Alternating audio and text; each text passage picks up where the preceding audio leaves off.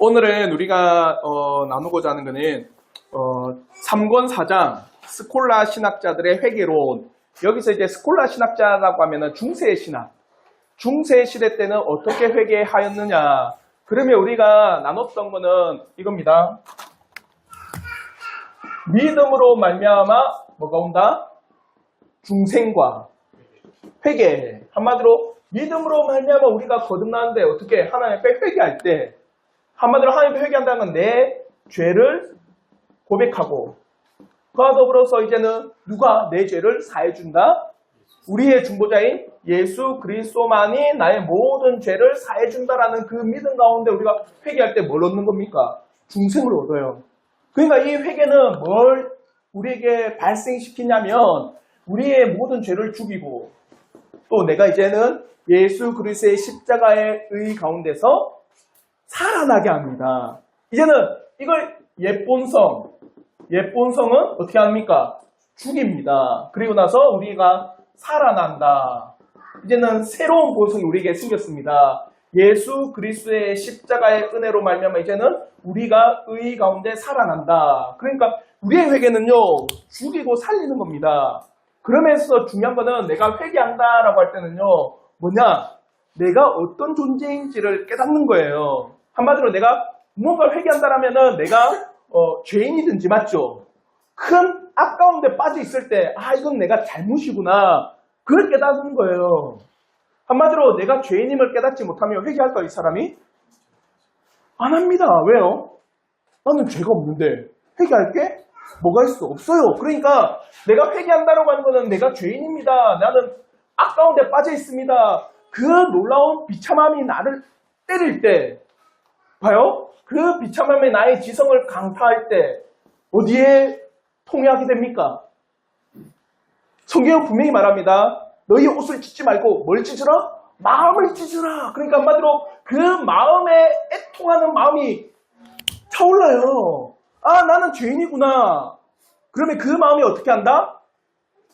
어떻게 내 죄를 용서를 받을까 하면서 슬퍼하고 고통스럽게 애통해하는 겁니다. 마음에. 그와 더불어서 그는 어디로 나갈까요? 그렇죠. 그게 회개라고 이야기를 해요. 그러니까 실제로 우리가 죽이고 살린다라고 할 때는요, 어디에 근본의 변화, 마음의 이 놀라운 변화, 그 마음의 작용들이 있다는 걸 우리는 전제를 합니다. 아시겠죠? 그 마음의 변화가 없다라면은 그가 용서를 해주십시오. 그럴 때는 우리도 마찬가지입니다. 어떤 사람이 정말 진심을 다해서 상대방에 대해서 용서를 구하는 거랑 그 마음이 없는데 용서해 주세요라는 차원이 달라요. 정말 진심을 다해서 용서해 주십시오라고 하는 건 저 사람이 정말 참회했구나.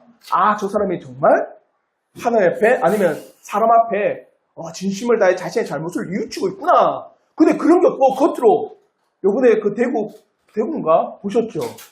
공무원이 갑질한, 그래서 홍준표 대구시장이 그 사람 이제 뭐 징계 뭐 이야기하니까 가서 용서를 구하는데 어떻게 용서를 구하는지 아세요? 딱 이래, 진짜 이래가. 한 명은 용서해 주세요. 또 한 명은 뒷집 딱 지고는 이래가지고, 그러니까 그걸 듣는 상대방, 그 자영업자시는 사장님은요, 울분을 토하는 거예요. 과연 그게 용서를 구하러 온 사람의 태도냐 자세냐. 그러니까 우리는 마음 없이 하는 거에 대해서 대단히 외식적으로 봅니다. 그러니까 회개라고 하는 거는 그 마음의 놀라운 작용이에요. 아시겠죠? 근데 그 당시에 칼빈이 이 기독교 학력 4권을 통해서 말하는 바 이 회개라고 하는 거, 그 당시에 이 회개라고 하는 거는요, 뭐냐면 행동의 근원에만 두고 있다는 거예요. 행동의 근원에만. 그러니까 이게 문제라는 겁니다. 그래서 이 회개가 얼마나 잘못됐는가, 그 당시의 회개가. 그러므로 우리 앞에 정말 바라는 게 뭘까요? 이런 회개는 잘못되었다. 그러므로 너희는 어떻게? 참다운 회개로 나가야 된다라는 것을 알려주는 거겠죠. 그러니까 잘못된 회개를 우리에게 가르쳐주는 거는, 그로 말미암아 우리가 배워나가는 그 참된 회개가 진실하구나. 그러면 우리는 어떻게 회개하라고? 참된 회개 가운데 나가라고 이야기를 하는 거겠죠. 그러니까 보십시오. 고회와 보속을 다루는 이유. 여기서 보속은 뭐냐면 속죄 행위를 말하는 겁니다. 예를 들어서 내가 죄를 지었다? 그러면은 그 죄에 대한 값을 치르든지 무언가 죄에 대해서 내가 어떤 행동, 액션을 취해야 할 때 용서함을 받는다라고 이야기를 하는 거예요. 그런 고회와 보속을 다루는 이유는 뭐냐? 중세시대의 구원과 교회의 권위가 남용되는 문제 때문이다. 한마디로 우리는 참다운 믿음을 통하여서 중생과 회개가 일어난다 이렇게 이야기하잖아요. 그러면서 그들에게 있는 죄사함, 그 당시에 로마 가톨릭의 이 죄사함이라고 하는 이거는요 뭐냐면 고해를 통해서 한마디로 내가 내 죄를 아래는 그 고해를 통해서 은혜와 사죄 안에서 이루어지는 일이다. 한마디로 고해 플러스 그 사죄로 인하여서 우리에게는 뭐가 온다? 죄사함이 온다. 그렇게 이야기하거든요. 그 사이에 누가 끼어 있느냐? 누가 끼어 있을까요? 성직자, 사제들이 있는 겁니다. 이 고해와 사제는 누가? 성직자와 사제가 준다. 이게 대단히 큰 권력이라는 거예요. 보십시오. 우리는 오직 뭐로? 믿음으로 말미암아 하나님 앞에 우리가 나아가 고백하며 우리가 개인적으로 하나님 앞에 기도하며 하나님 앞에 우리가 용서를 구한다. 이게 뭐냐면 하나님 앞에 내가 아뢰는 거 이겁니다. 우리는요. 아시겠죠? 그래서 하나님께서 우리에게 믿음을 더해주시고 우리에게 믿음을 허락하시고 죄 용서를 근데 중세 로마 가톨릭은요 뭐냐면 하나님 있고 그 중간에 누가 있는 줄 아세요? 사제가 있고 그게 누가 그 밑에는 신자 한마디로 죄인들이 있는 겁니다. 그러니까 이 신자가 사제에게 아뢰면 이 사제는 누구에게? 하나님께 아뢰고 하나님은 누구에게? 사제에게 죄사함을 허락하고 사제가 또 누구에게 선포합니까? 신자. 이 사제가 가지고 있는 이 권력이라고 하는 게 대단히 크다라는 거예요. 사제가 죄사함을 선포하지 않으면 이 사람은 죄사함을 받을 수가 없어요. 어찌하든지 사제에게 어떻게 해야 돼요? 고해성사라든지 사제에 대해 어떤 뭐 잘한다든지 그러니까 이 사제라고 하는 이 뭡니까? 이 위치 안에서는요 뭐가 따르냐? 권력과 뭐가 따라올까? 중세시대의 가장 큰 문제 중 하나였습니다. 권력과 면벌부를 파면 뭐가 들어와요? 그렇죠. 돈. 권력과 돈은요 함께 갑니다. 내가 엄청난 큰 권력을 가지고 있어요. 그 권력 앞에 빌붙어 살아가는 수많은 이 돈의 흐름들. 그러니까 이 사제들 앞에 그 당시에 이 권력은요 큰 돈이 되는 겁니다. 면벌부를 팔기도 하고 교회에 큰 재정적 역할을 해. 그러니까 이 사제 앞에는 이 돈과 권력이 따르니까 그 당시에 이 사제를 통해서 이루어나가는 그 로마 카톨릭 이 교회가 어떻게 될까요? 부패하고 맞죠? 썩고 한마디로 세속적으로 변합을 그러니까 이 권력과 돈이 교회에 들어오는 이상 교회가 때로는 심각하게 부패하고 썩고 세속적으로 변하는 경우가 매우 많아요. 그러니까 로마 카톨릭 이 부패한 세력 앞에 칼빈이 딱 보니까 뭐가 문제예요? 그죠? 이 사제가 문제인 거예요. 그래서 종교개혁은요 사제주의를 없애버린 겁니다. 사제주의를 없앤 게 종교개혁이에요. 그래서 사제에게 갔던 모든 권력을 어디로? 교회로. 그리고 어디로? 각각 성도에게.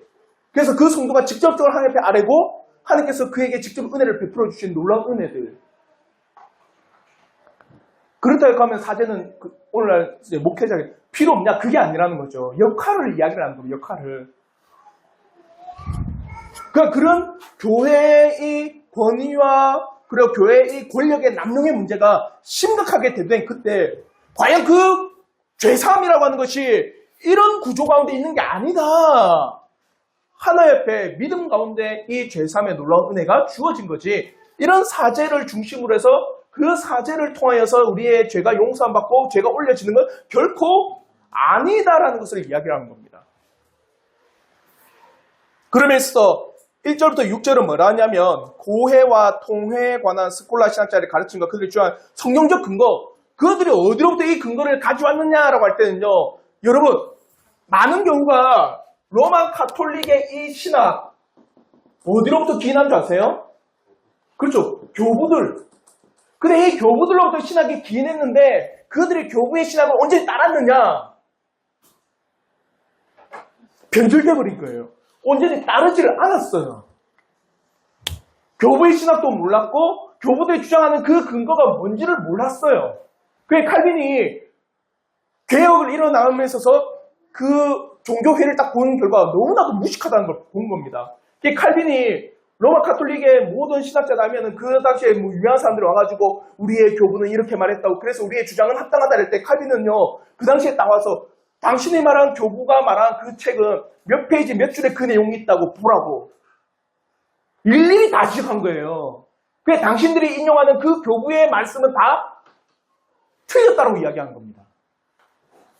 그러니까 진짜로 그 당시에 진짜 종교회의를 보면 그 당시에 그때 나온 회의에 참여했던 학자를 사면 진짜 맞는지 교부들 책을 들춰본 결과 다 맞는 거예요. 칼빈의 말이. 반박할 수가 없었던 겁니다. 그러니까 자신들의 근거를 어디다 주냐? 교부들에게 들고 왔다. 그래서 칼빈도 그래 교부들이 뭐라 하는지 한번 보자 하면서 제가 네모난 박스를 하나 했습니다. 그 교부들의 말입니다. 우리 한번 네모난 박스 다 같이 크게 한번 읽겠습니다. 시작. 회개한다는 것은 과거에 지은 죄들을 슬퍼하는 것이요 또한 슬퍼할 죄를 범하지 않는 것이다.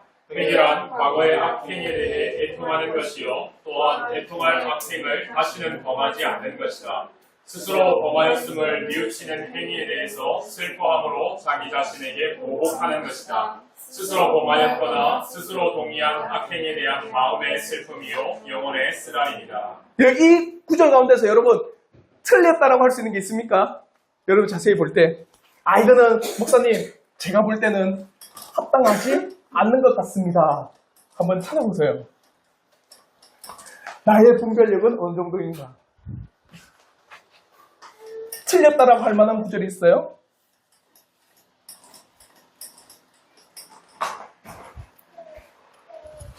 못 찾겠죠?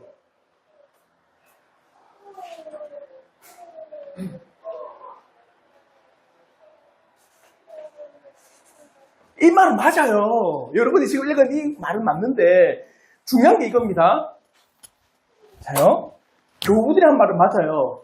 내 죄를 통회하고 다시는 그 죄를 범하지 않겠다. 마음으로 애통해하며 내가 지은 죄를 다시는 짓지 않겠다. 맞잖아요, 맞죠? 근데 중요한 게 뭐냐면 강조점이 달라요. 강조점이 로마 카톨릭의 강조점 뭡니까? 내가 그런 죄를 행하지 않으면 된다라고 여긴 거예요. 그 안에는 뭐가 빠졌어요? 회개에 정말 중요한 내가 죄인임에 대한 인정과 더불어서 우리 안에 어디에? 마음의 통해가 빠진 거예요. 마음의 통해. 그 당시에는 그냥 행동만 안 하면 되겠구나. 그럼 그 행동에 대한 감만을 치르면 되겠구나. 정말 진정한 그 행동을 끄집어내는 마음의 통해를 이들은 강조하지 않는다라는 거예요. 이게 칼빈은 뭐라 하냐면 이렇게 그들이 회개에 대해서 진술하였지만 이 의도는 바로 범죄를 저질렀다가 구원을 받은 후에 다시 똑같은 범죄에 빠져서 안 된다고 권면하기 위해 이런 진술을 한 거다. 아시겠죠? 무슨 말인지. 그냥 그 죄를 내가 회개하고 구원을 받았는데 다시 그 죄에 빠지지 않기 위해서 교부들은 이 말을 한 거다. 무슨 말인지 알겠죠? 그래서 온갖 실수들을 구실로 심령들을 괴롭히고 그들을 근심과 불안의 바다 속에 집어넣는 것이다. 한마디로 온갖 구실을 다 끄집어 와가지고 당신의 행동들 사소한 것까지 다 이야기하면서 그들을 어디로? 마음의 그 구렁텅이를 빠뜨려 나간다. 지금 누가? 로마 카톨릭이. 그리고 나서 몇 가지 의식들을 가볍게 뿌려줌으로 그 쓰라린 상처를 치료하려는 것. 한마디로 온갖 것들을 다 끄집어가 당신의 잘못은 사소한 것까지라도 그렇게 막 온갖 죄악들을 다시 지으면 안 되니까. 그러면 성경에서 죄라고 여긴 건 뭐가 있어요? 행동뿐만 아니라 마음, 그게 다 끄집어가지고 그것도 하면 안 됩니다 하면서 다 집어넣고는 얼마나 괴로워요, 사람이. 맞죠? 그리고 뭘? 쓸데없는 행위들까지 넣어서 그들을 위로한다. 뭐 주고 뭐 줘요? 병 주고 약 줘버린 거예요. 이게 그 당시의 문제라는 겁니다. 그래서 제가 질문을 한 게 이러한 스콜라 신학자들의 회개의 오류는 뭐냐? 내적인 마음의 새로워짐이 없어요. 우리는 마음으로 변화를 받아 의에 이른다라는 사실. 근데 그들에게는 마음의 변화가 없어도 됩니다. 뭐가 있습니까?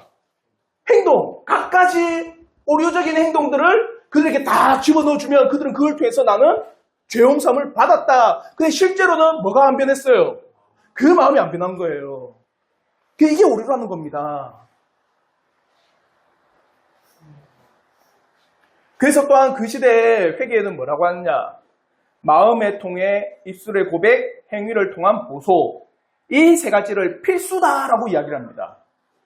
한마디로 로마 가톨릭의 이 죄사함은요, 마음의 통해, 그리고 나서 입술의 고백, 그리고 나서 보소.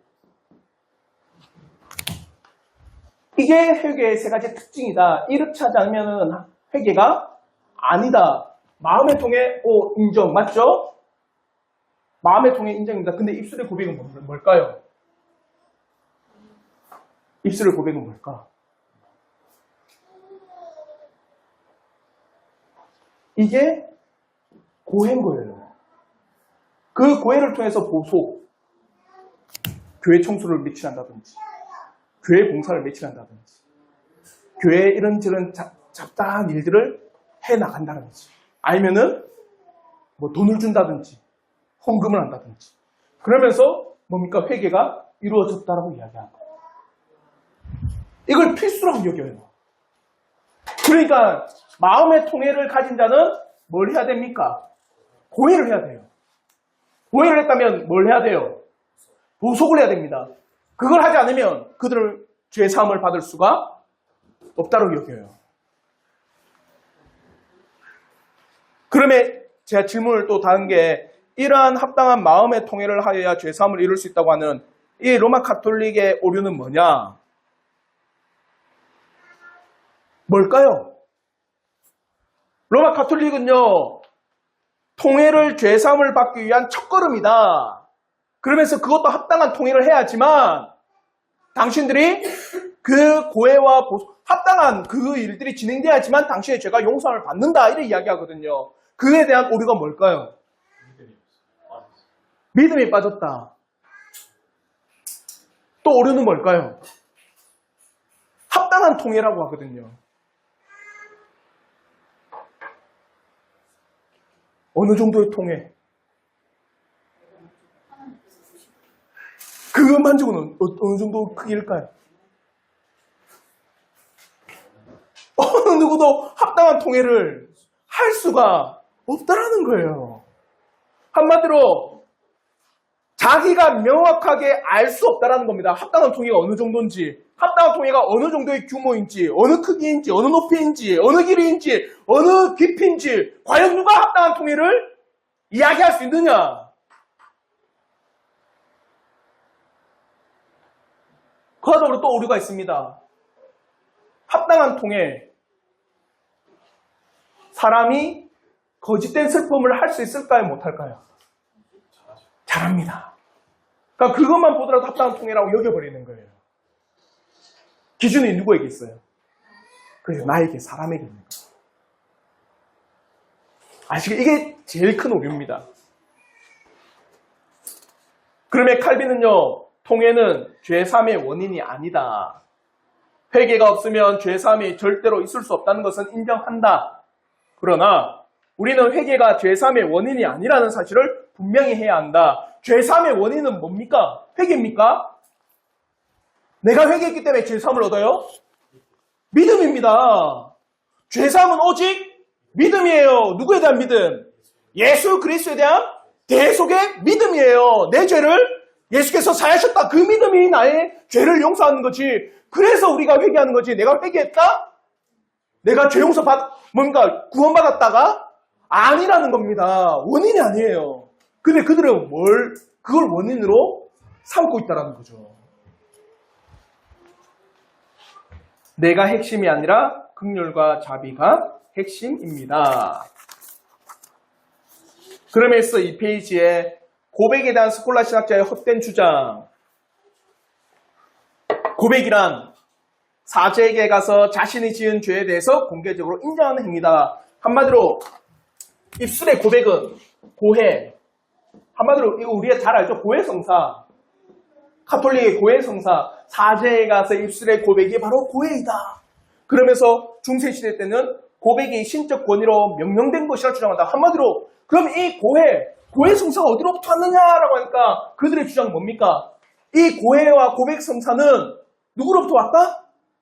하나님으로부터 온 신적 명령이다. 그러니까 당연하죠. 신적 명령은 지켜야 돼, 말아야 돼요. 그래서 그들은 고해는 필수다라고 이야기하는 겁니다. 누가 명령했기 때문에? 하나님이 명령. 그래서 그들이 말하는 칠성례가 있죠. 신품성사, 종부성사, 고해성사, 그리고 성찬, 세례,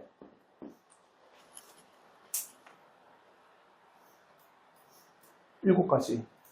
그것이 신품, 종부, 고해, 성찬, 세례. 결혼인가?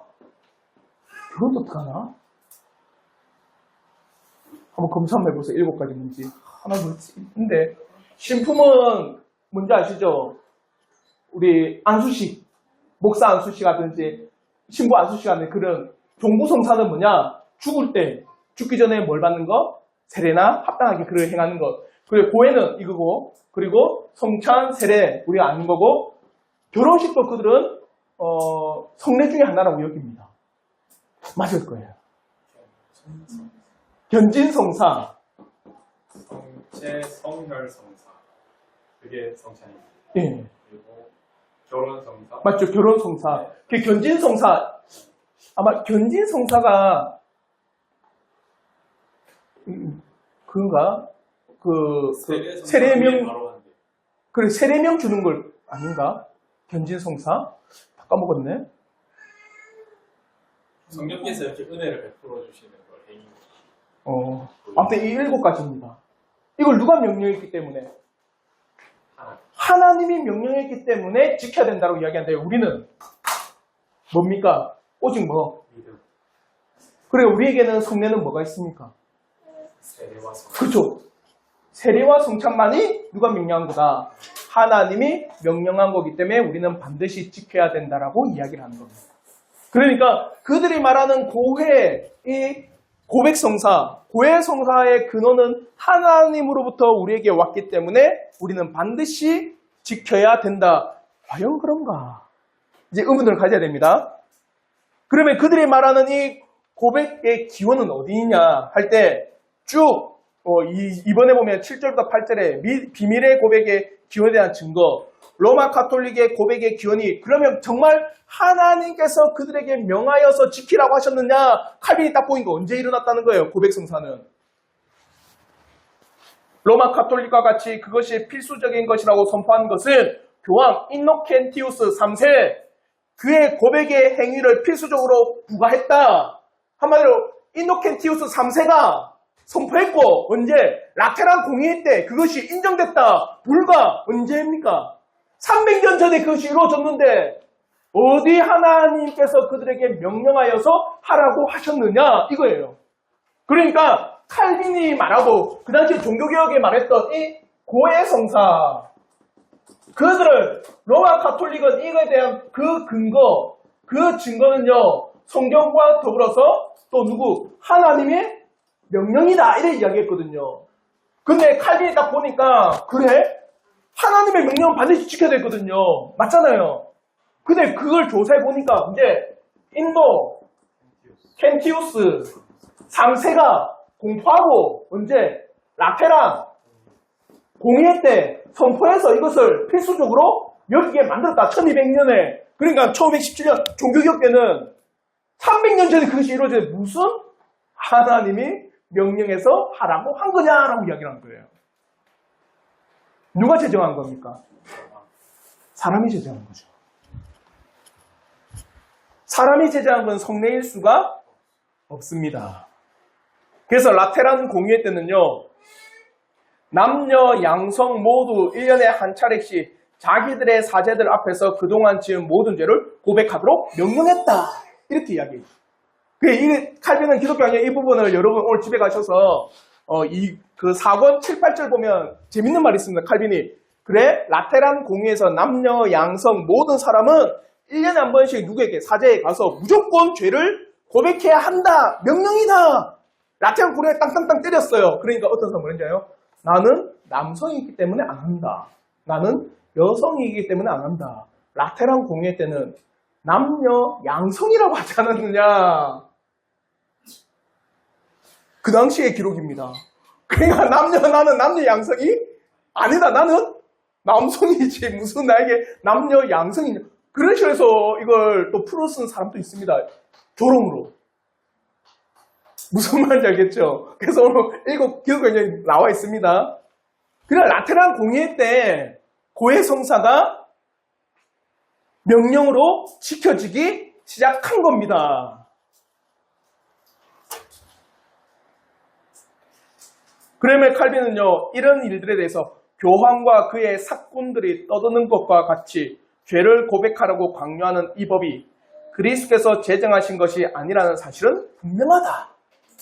경건과 신앙의 참된 가르침이 소멸되고 목회자 행세를 하는 자들이 모든 권한을 떠맡아서 마음대로 휘두르기 시작하면서 드디어 이런 행보가 도입된 것이다.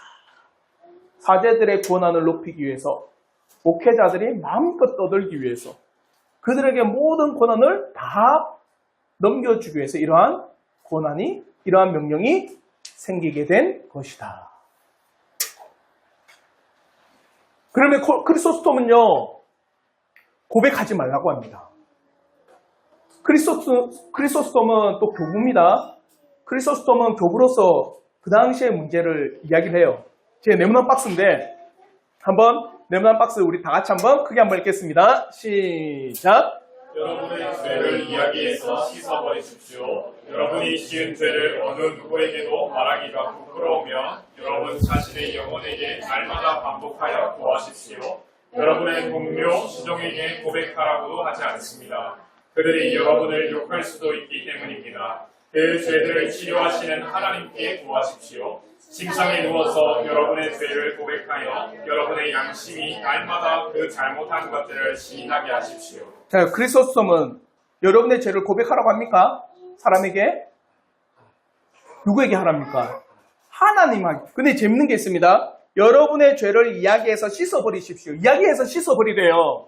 그러면서 뭐라냐? 여러분이 지은 죄를 어느 누구에게도 말하기가 부끄러우면, 그건 다른 말로 하면 말할 수 없으면, 아니면 말할 수 있으면 말해도 되는데, 사람이란 존재는 어떻다는 거예요? 그 말을 들으면.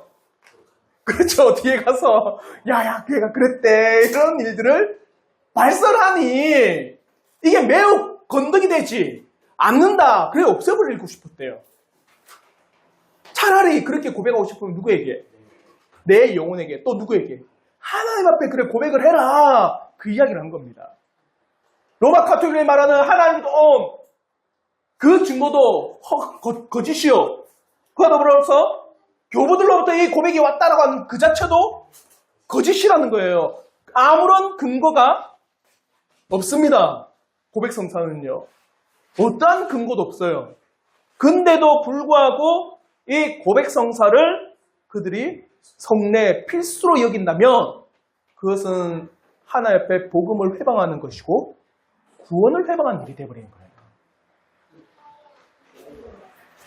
그러면 칼빈은요, 죄의 고백이 그렇다 해서 이게 죄를 고백한다는 것이 나쁜 게 아닌 것도 이야기합니다. 그게 뭐냐? 3페이지에 보면 9절부터 13절 성경이 말하는 죄의 고백이 있다.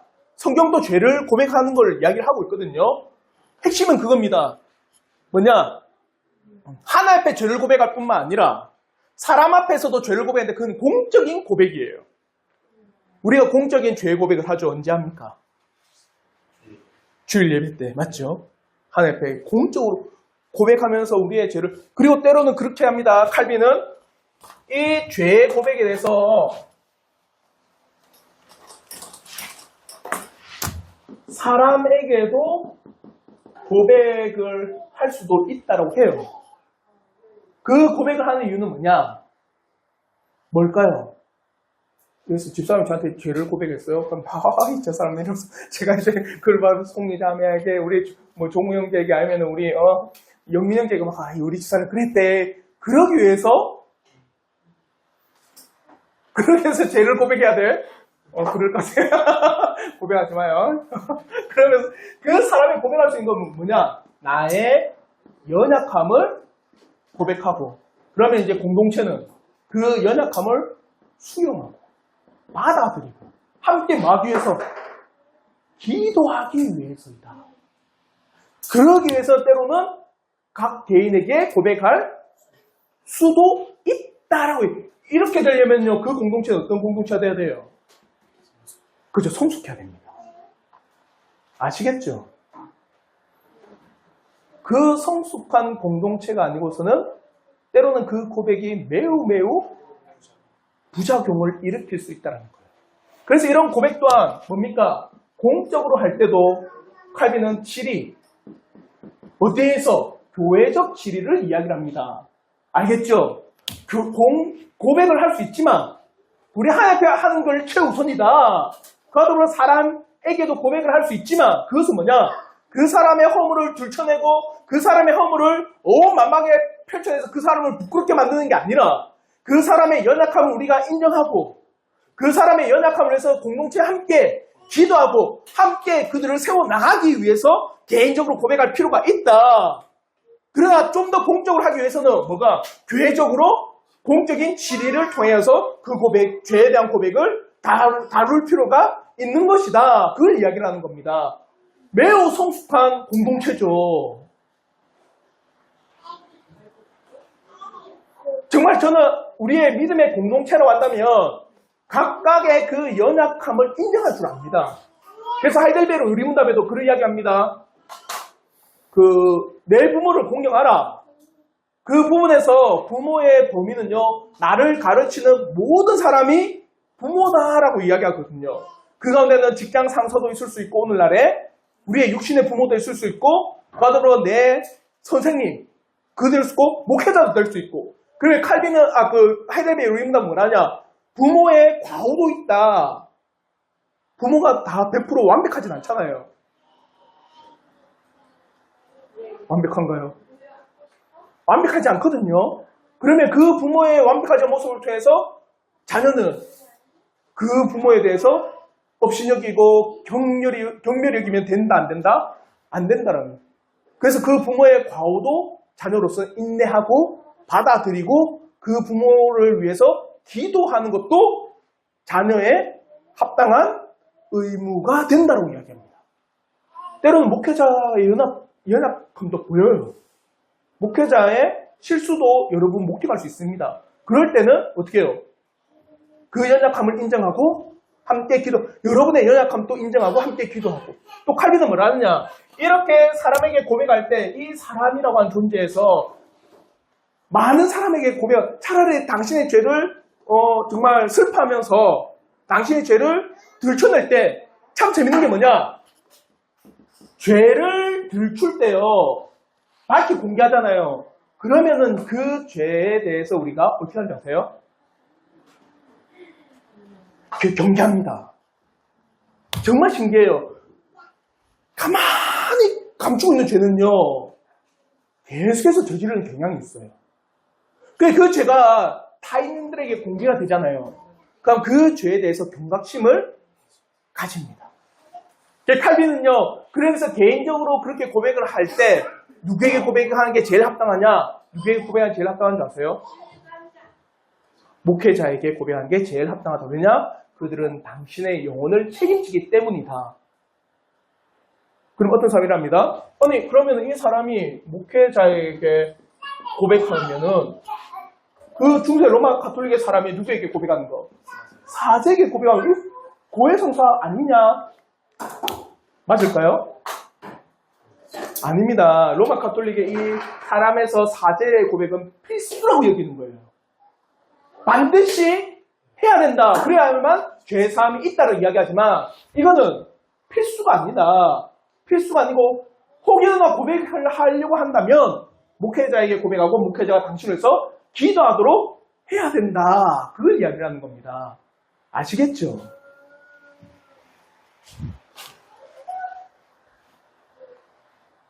그러면서 하나님 앞에 죄를 고백함과 더불어서 사람들 앞에 공적으로 죄를 고백할 때도 있다. 그와 더불어 사적인 고백의 두 형태, 우리 자신의 죄를 고백하는 것, 그와 더불어 이웃을 위해 고백하는 것. 여기서 말하는 이웃을 위해 고백하는 것은 성경에서 말하는 그대로입니다. 한 사람의 잘못을 봤을 때 그 사람이 가서 어떻게 해요? 권면을 하고, 혹여 그 사람이 그 권면을 듣지 않을 때 두세 사람이 가서 또 어떻게 권면한다. 이게 뭡니까? 보십시오. 제가 제 잘못을 집사람이 봤어요. 그 집사람이 저한테 이제 권면합니다. 그러고는 하나님 앞에 죄입니다. 근데 제가 무시해요.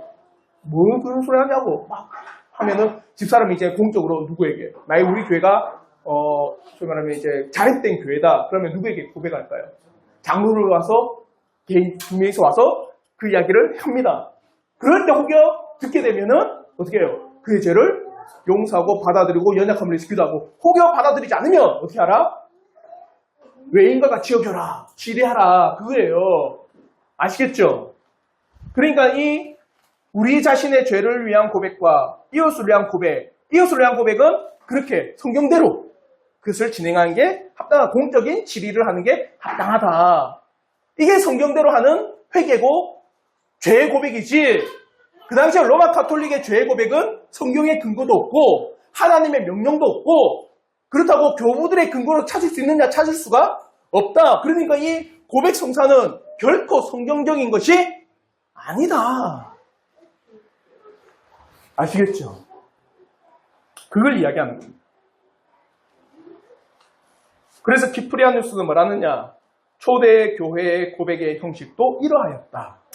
그들은 일정 기간 동안 회개를 행하고 그 후에 나와 고백을 행하며 그리고 감독과 목사가 안수함으로써 성찬에 참여할 특권을 받았다. 한마디로 질의, 이 질의 이야기한 겁니다. 공적으로 질의를 통해서 목회자와 장로가 그들의 죄를 받아들이고 회개를 인정하고 그들을 다시 한번 성찬에 참여하도록 인도했다. 언제도 초대 교회도 그렇게 행하였다. 그러므로 이러한 성경적인 고백의 방식이나 형식 외에 새로운 족쇄를 만들어서 그것들을 신자들의 양심으로 얽어매는 일은 우리가 할 일이 아니다. 그것은 그리스도께서 지엄하게 금하신 일임을 기억하고 반드시 성경에서 가르치는 지침 가운데 행하며 나가야 할 것이다. 아시겠죠? 그 당시에 이 잘못된 고해성사, 결코 성경적이지도 않고 하나님의 명령도 아니고 교부들로부터 근거도 없는 이것을 그 수많은 족쇄를 누구에게 채운 거예요? 신자들에게 다 채운 거예요. 얼마나 괴로울까요? 그러면 그 고해를 안 받아주는 사제, 그럼 받아주게 하려면 어떻게 해야 될까? 뭘 먹여야지. 맞죠? 뭘 먹이고, 그러면, 그래, 받아주고. 그래, 얼마나 이게 타락한 시대였냐. 그냥 이런 족쇄를 치우면 결코 성경적이지 않다. 우리는 그렇게 해서는 안 된다. 성경적인 이 고백 외에는 어떠한 고백도 우리는 받아들일 수가 없다. 하나님 앞에 고백하고, 때로는 개인적으로 고백할 때도 있지만, 그럴 때라도 누구에게, 목회자나 그 당시에 공적으로 그런 고백을 통해서 공적인 뭘 받아라, 질의를 받아라. 그게 더 성경적으로 우리가 고백하는 행위다. 그 이야기합니다. 근데 그 당시엔 족쇄를 치워서 그들을 올가맨 거예요. 얼마나 나쁜 겁니까? 종교를 이용해서 오늘날 말로 하면 종교를 통해 그 사람에게 뭘 한 겁니까? 예? 소위 뭐 그 이야기를 많이 하잖아요. 그 사람을 세뇌시켜서 막 그들을 그 가스라이팅 한 거죠. 종교를 가지고 그 시대는 사람들을 가스라이팅 한 겁니다. 결코 그거는 우리의 방식이 아닙니다. 아시겠죠? 합당한 우리는 죄사함은 하나님 앞에 우리의 죄를 고백하고 그로 말미암아 허락하시는 놀라운 죄의 용서하심을 경험하는 거예요. 이런 은혜가 있기를 저는 진심으로 바랍니다. 아무쪼록 칼빈은 그 당시의 시대와 비교하여서 바르게 성경의 그 진리 가운데 꾸려 나가려고 하는 겁니다. 저는 이게 우리 교회의 성경적인 근거, 성경대로 우리가 진행해야 될 합당한 근거가 되기를 진심으로 바랍니다. 혹시 질문 있으시면